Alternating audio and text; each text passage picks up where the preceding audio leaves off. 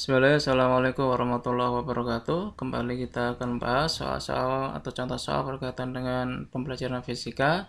Kali ini kita akan bahas tentang hukum kekekalan momentum. Hukum kekekalan momentum. Diberikan soal, dua buah kelereng A dan B bermassa 0,04 kg dan 0,02 kg bergerak saling berlawan arah dan bertabrakan. Kelereng A bergerak dengan kecepatan 2 dan kelereng B bergerak dengan kecepatan 8. Ingat, setelah tabrakan. Jika sebelum tabrakan kelereng AA bergerak dengan kecepatan 4 meter per sekon, maka tentukan kecepatan kelereng B sebelum tabrakan. Di sini ada soal, ada dua buah kelereng. Ini, kemudian dia tabrakan, kemudian terjadi benturan, dan ini bergerak ke berlawan arah kembali. Jadi ini datang, kelereng A adalah 4 meter per sekon, kemudian kelereng B awalnya tidak tahu, tapi setelah tabrakan kelereng A menjadi 2, kelereng B menjadi 8. Pertanyaannya, berapakah kecepatan sebelumnya itu? Oke, ini bisa menggunakan hukum kekekalan momentum, yaitu hukum kekekalan momentum. Sebelumnya kita ketahui dulu VA, ya ini VA-nya 4 benar, VA setelah tabrakan adalah VA aksen 2, VB setelah tabrakan adalah 8, ditanyakan VB sebelum tabrakan, benar. Kita gunakan rumus kekekalan momentum, yaitu momentum sebelum dan sesudah adalah sama. Momentum sebelum dan sesudah adalah sama. Ini momentumnya karena dia punya massa ya, M. Ini punya V, maka dia punya P1, kemudian ini P2, ini P1 setelah tumbukan, ini P2 setelah tumbukan. Kita jabarkan bahwa sebelum P berarti ini P1 ditambah P2 sama dengan P1 aksen ditambah P2 setelah tabrakan atau aksen. Rumusnya P1 anggaplah bagi PA ya, MA dikalikan kecepatan A ditambah MB dikalikan kecepatan B sama dengan kecepatan massa A dikalikan kecepatan setelah tabrakan benda A, kemudian ditambah dengan kecepatan massa B dikalikan kecepatan B setelah tabrakan. Kita masukkan angka-angkanya. 0,04 dikalikan 4, 0,02 dikalikan min VB. Min VB, kenapa min? Ini ke kanan anggaplah positif, ini ke kiri berarti dia negatif, maka kita tuliskan di sini negatif. Sama dengan 0,04 VA aksen. VA aksen ini dia ke kiri, maka dia negatif. VB aksen ke kanan, maka dia positif. Sehingga 0,04 dikalikan min 2 ditambah 0,02 dikalikan 4, hasilnya adalah 0,16. Yang ini ya, ini 0,16 dikurangi 0,02 VB sama dengan 0. Kenapa 0? Ini dengan ini habis 0.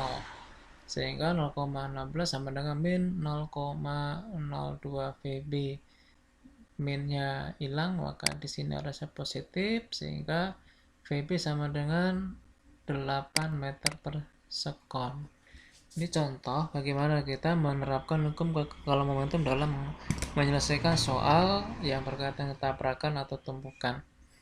Kemudian selanjutnya kita akan bahas soal tentang suhu dan kalor. Ini adalah materi-materi yang disampaikan untuk persiapan ujian akhir sekolah. Kita masuk pada materi suhu dan kalor, tapi hanya kita bahas di contoh soalnya saja. Suhu dan kalor ada dua buah batang logam dengan ukuran sama disambungkan satu sama lain seperti gambar. Jadi ada dua buah logam, yaitu logam M dan logam N yang ukurannya sama. Ukuran sama itu berarti panjang dan luasnya sama. Ukuran sama itu artinya panjang dengan luasnya adalah sama. Di benda M, suhunya 5 derajat Celcius di ujungnya, benda N 100 derajat Celcius di ujungnya. Di titik C adalah titik sambungan. Ini sambungan. Titik C adalah titik sambungan. Jadi antara M dan N itu disambung. Di titik sambungannya disebut titik C. Pertanyaannya adalah, jika koefisien konduksi termal M adalah 4 kali logam N, maka tentukan suhu sambungannya. Kita akan menentukan ini dengan khusus menggunakan asas Planck. Untuk yang kalor atau di sini diketahui dulu bahwa ukuran sama berarti luasnya akan sama, panjangnya juga akan sama. Kemudian suhu di ujung M adalah 5, suhu di ujung N, ini huruf N, sama dengan 100 derajat Celcius. Ditanyakan sambungan, berarti di titik C.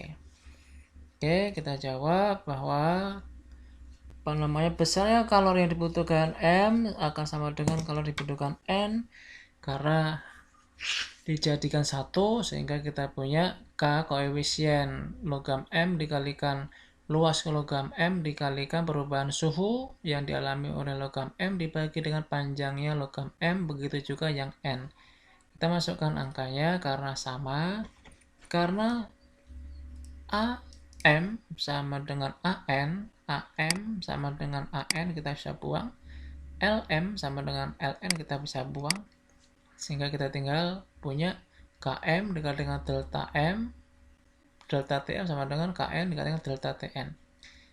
KM-nya 4 KN. KM itu 4 KN. Nih, ini sama dengan KM. Perubahan suhunya adalah suhu sambungan dikurangi 5 KN. Nah, ini sini 100 dikurangi suhu sambungan nih. Hasilnya adalah 4 dikalikan TC min 20 sama dengan 100 min TC. Kita gabungkan TC dengan TC, didapatkan bahwa 4 TC tambah 1 TC berarti ada 5 TC. 125 dibagi 120 dibagi 5 sama dengan 24 derajat Celcius. Berarti sambungan di sini suhunya adalah 24 derajat Celcius. Suhunya. Di sini nanti berapa kalau sudah sambung kayak gini? Di sini tetap dia akan berubah juga sama dengan 24 semuanya merata 24. Cara yang lain untuk mengerjakan ini adalah agak sedikit rumit, tapi kalau paham akan lebih mudah, yaitu karena ukuran sama maka lihat perbandingan KM-nya, KM dan KN-nya nih. KM bagi KN sama 4 banding 1. Kalau dibalik ya sama seperempat.